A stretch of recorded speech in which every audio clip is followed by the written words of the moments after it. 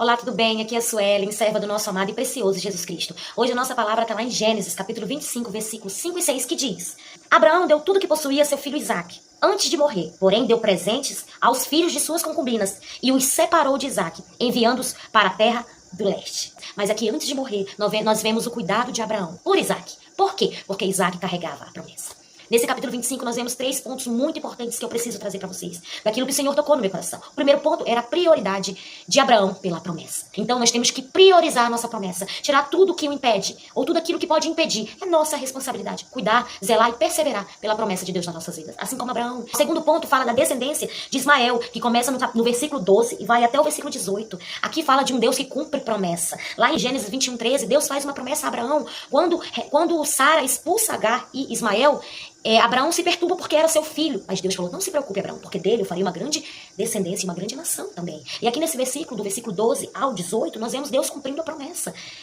Aqui, Ismael, ele tem uma descendência de 12 tribos, 12 clãs, e também vive em oposição aos seus parentes. Nós temos um Deus que cumpre as promessas. Ele é aquele que faz a promessa, mas também é aquele que cumpre as promessas. E a partir do versículo 19 ao 26, nós temos o terceiro ponto muito importante desse capítulo 25. Aqui nós vemos a continuidade da descendência de Isaque. Isaque casou-se, não é isso? E com Rebeca, porém Rebeca era estéril.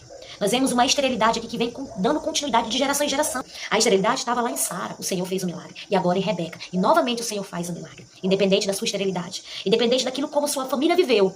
Através da promessa que Deus tem na tua vida, Ele vai fazer o milagre. Vai gerar vida da onde não tem. E nós vemos também que aqui, nessa passagem, quando Rebeca engravida, interessante que Isaque casa com Rebeca, ele tem 40 anos, ele começa a orar por causa da esterilidade da sua esposa. E somente com 60 anos os gêmeos nascem. Olha o tanto de tempo que Isaque orou e esperou pela sua promessa. Independente do tempo, o Senhor não está demorando. Ele só está cumprindo o melhor dele nas nossas vidas. Espere e persevere, tá bom?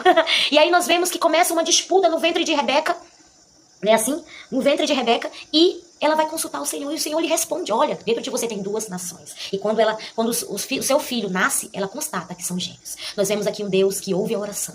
E nós vemos um Deus que responde à angústia do coração. Em meio à sua espera, da sua promessa, e da minha também às vezes, nós precisamos ir diante do Senhor, porque Ele vai responder à aflição do nosso coração. Ele se importa com as nossas dores. Há um tempo atrás, eu vinha passando por uma situação bem difícil, e eu chorava muito diante da presença do Senhor em casa, no meu íntimo, no meu quarto de guerra, no meu secreto. E um dia eu cheguei na igreja e o Senhor... Aconteceu uma coisa com a minha filha, Maria Letícia. Uma situação lá, e ela se entristeceu muito, e eu senti aquela dor dela. Eu fiquei desesperada, olhando para a carinha dela triste, e eu sabia que ela estava mal. E naquele momento o Senhor falou, filha, essa é a dor que eu sinto quando você está mal. Então o Senhor, Ele é aquele que responde às nossas aflições do coração, mas também é aquele que sente as nossas dores. Creia, Ele nos ama, tá bom? Tchau!